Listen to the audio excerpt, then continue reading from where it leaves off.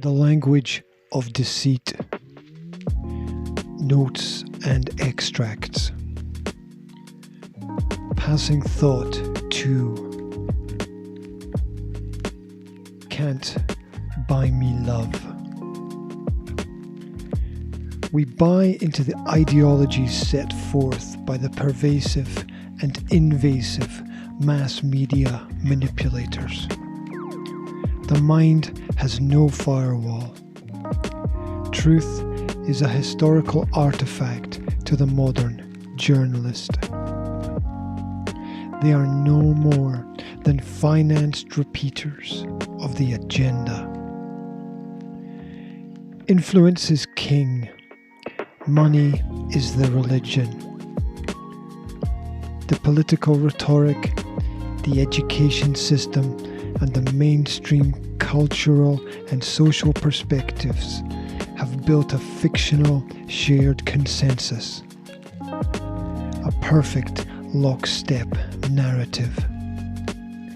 In reality, the social contract has not just been broken, it has been trashed, crushed, burned, and spit on. Average comes to accept that he or she is the lowest rung on the societal ladder. Modernity rarely questions a higher authority.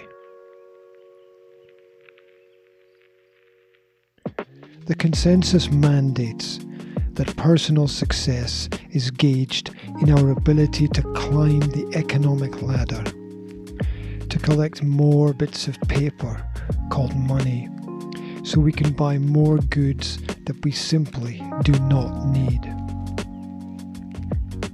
Ultimately, happiness comes from understanding that we can't purchase happiness. We have been taught that consumption for the sake of consumption is a worthy attribute because it contributes to the financial growth of the economy.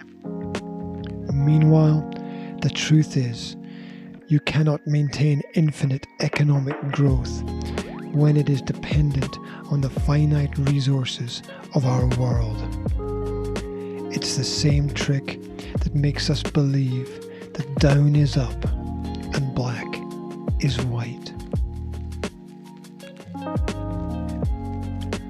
The debt that countries incur whilst borrowing based on a predictable future is nothing more than a modern form of indentured servitude that our grandchildren will be born into. We are reminded daily of the scarcity within the system. Nature gives freely, but the ruling classes have cast their net of restrictions, which severs us from the natural abundance of the world. The monetary supply is simply a privately owned, debt-based instrument of control. In today's society, money is born out of debt, the sum total of which can never be paid back, as the debt never gets issued, only the principal. This creates a never-ending supply of problems.